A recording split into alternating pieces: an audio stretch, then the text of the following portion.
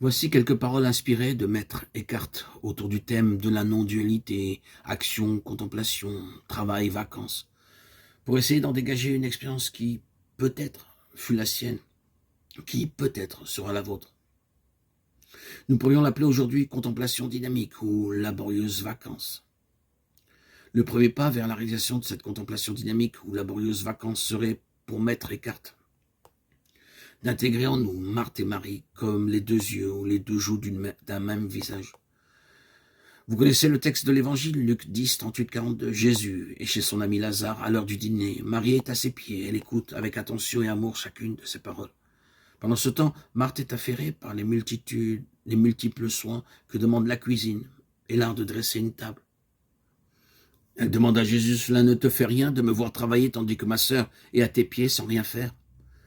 Jésus répond, Marthe, Marthe, tu t'inquiètes et t'agites pour beaucoup de choses. Pourtant, il en faut peu. Une seule est nécessaire. C'est Marie qui a choisi la meilleure part. Elle ne lui sera pas enlevée. L'interprétation habituelle, c'est que la contemplation vaut mieux que l'action. C'est là l'unique nécessaire. De cette parole, on tirera toutes sortes de conséquences qui ont pesé à un certain point sur notre civilisation. Le monde de l'action ne valent rien. Mieux vaut se retirer au désert pour commencer cette éternité qui consistera à contempler Dieu. Cette dualité action-contemplation, travail-vacances, va même structurer certaines sociétés monastiques. Je pense particulièrement aux Chartreux, où j'ai eu la chance de vivre du côté de ceux qui contemplent, c'est-à-dire qui ne travaillent pas, les pères, tandis que les frères, généralement de classe et d'instruction inférieure, travaillent au champ et pourvoient à tous les besoins des pères. Cela n'est nullement vécu de façon négative, mais comme l'expression de deux vocations différentes. Si on n'est pas capable d'être Marie, il faut se contenter d'être Marthe. Et tout le monde est content.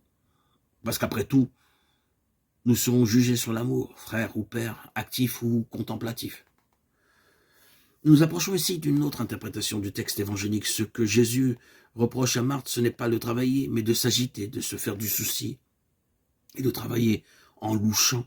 Marthe a en effet un œil posé sur Jésus et un œil posé sur sa sœur. Elle ne voit pas l'unique bien-aimé. Elle se compare à sa sœur, elle est possédée par ce que les anciens appelaient le démon de la comparaison. Se comparer, s'évaluer, vivre sans cesse par rapport aux autres. Il est mieux, pire que moi. Ce démon est toujours actuel. Il empoisonne de multiples existences. Jésus rappelle que l'unique nécessaire est de regarder vers lui. Il ne s'agit pas là seulement du Jésus historique, mais du Logos, de la lumière qui éclaire. Tout homme venant dans ce monde, la vie, le vivant, de tout ce qui existe. Prologue de l'évangile de Jean.